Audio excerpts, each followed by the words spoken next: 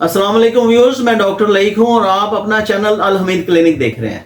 हमने मलेरिया के बारे में बात की है इससे पहले, यानी सारे उसकी जो अमलियात हैं, जो उसकी बुखार की स्टेजेस हैं, जो उसका पैटर्न है, जो उसका बचाव है, उसकी सारी बात हो चुकी है। आज हम बात करेंगे ट्रीटमेंट की। तो ट्रीटमेंट में ये है कि अगर तो आपने अर्ली इसको शुरू कर लिया तो फिर इसका मतलब ये है कि ये कंट्रोल में आ जाएगा। अब उसमें आप समझते हैं कि आप उसमें फैंसीडार, बेजोक्विन, क्लोरोक्विन, ये आम मेडिसिन हैं जो इससे पहले इस्तेमाल होती रही हैं। जो नई जदीद मेडिसिन आई हैं उसमें आर्टिमेथर है और ल्यूमीफेनेट्रिन है, और ये बड़ी इफ़ेक्टिव मेडिसिन है। इसका कॉम्बिनेशन देते हैं जिससे बच्चों में भी बड़ों में दोनों में ये काफ़ी इफ़ेक्टिव है। अच्छा, जब अगर मलेरिया बहुत तेज़ हो जाता है, ज़्यादा हो जाए और उसकी कंट्रोल ओरल मेडिसिन से ना हो रही हो, तो फिर हम उसको इंट्रामस्कुलर इंजेक्शन देते हैं। अब ये इंट्रामस्कुलर इंजेक्शन भी आर्टिमेथर का ही होता है। फिर उसके बाद अगर उससे भी कंट्रोल ना हो रहा हो तो फिर आर्थीसोनेट जो है ना वो आईवी और आईएम लगाया जाता है, तो स्लो इन्फ्यूजन में देते हैं, उससे इंशाल्लाह कंट्रोल हो जाता है।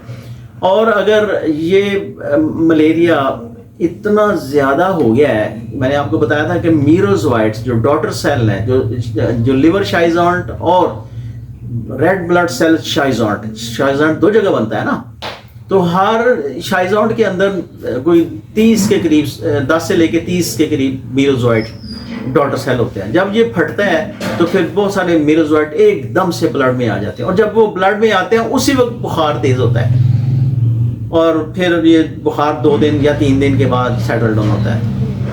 तो बाज़ औक़ात ऐसा होता है कि ये इतने ज़्यादा हो जाते हैं कि मौत यकीनी नज़र आ रही होती है।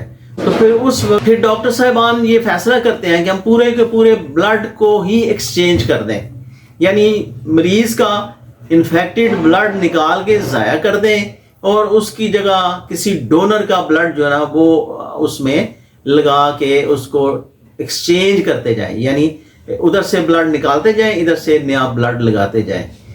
और ये बड़ा मुश्किल प्रोसेस होता है, और इसमें जो मरीज़ की ज़िंदगी ख़तरे में होती है और बड़ी मुश्किल में ये वक्त गुजरता है। तो एक्सचेंज ट्रांसफ्यूजन बिल्कुल लास्ट हमारे पास से रिसॉर्ट होती है। हम इसको करते हुए डरते भी हैं, लेकिन चूँकि ये करना होता है तो फिर मरीज़ की जान भी बचानी होती है, तो ये आसान काम नहीं है। इसलिए जब भी आप किसी ऐसी सूरत हाल से आपका सामना हो जाए तो आपको चाहिए कि आप अपने डॉक्टर साहब से मशवरा ज़रूर करें, खुद इसको इलाज करने की कोशिश ना करें।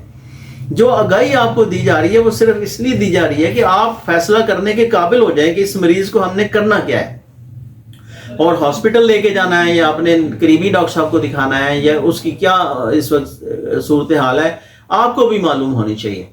तो ये जो इलाज मैंने आपको बताए हैं ये सारे आप जानते हैं कि ये मेडिसिन से ही होते हैं, और डॉक्टर साहबान पहले मेडिसिन से करते हैं, फिर अगर ना हो तो फिर उसके बाद वो आईवी आईएम के ऊपर आ जाते हैं, और फिर अगर एक्सचेंज ट्रांसफ्यूजन की ज़रूरत हो तो वो एक्सचेंज ट्रांसफ्यूजन की जाती है, या अगर उसके साथ जो कॉम्प्लिकेशंस होती हैं उनको मैनेज करने के लिए मेडिसिन दी जाती हैं। अगर मैंने आपको पहले बताया कि ऑर्गन्स अगर फेल हो रहे हैं, अगर गुर्दे फेल हो रहे हैं या कुछ और है, तो उसका इलाज इसके साथ फिर शामिल हो जाएगा, वो सपोर्टिव ट्रीटमेंट है।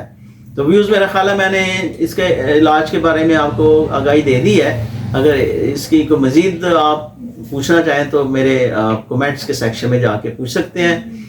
आपसे रिक्वेस्ट है कि आप इसको लाइक करें, शेयर करें, और बेल आइकन का बटन ज़रूर क्लिक करें, और फिर इसको सब्सक्राइब करना ना भूलिएगा। बहुत शुक्रिया। इंशाल्लाह अगले वीलॉग में मिलते हैं। अल्लाह हाफिज़।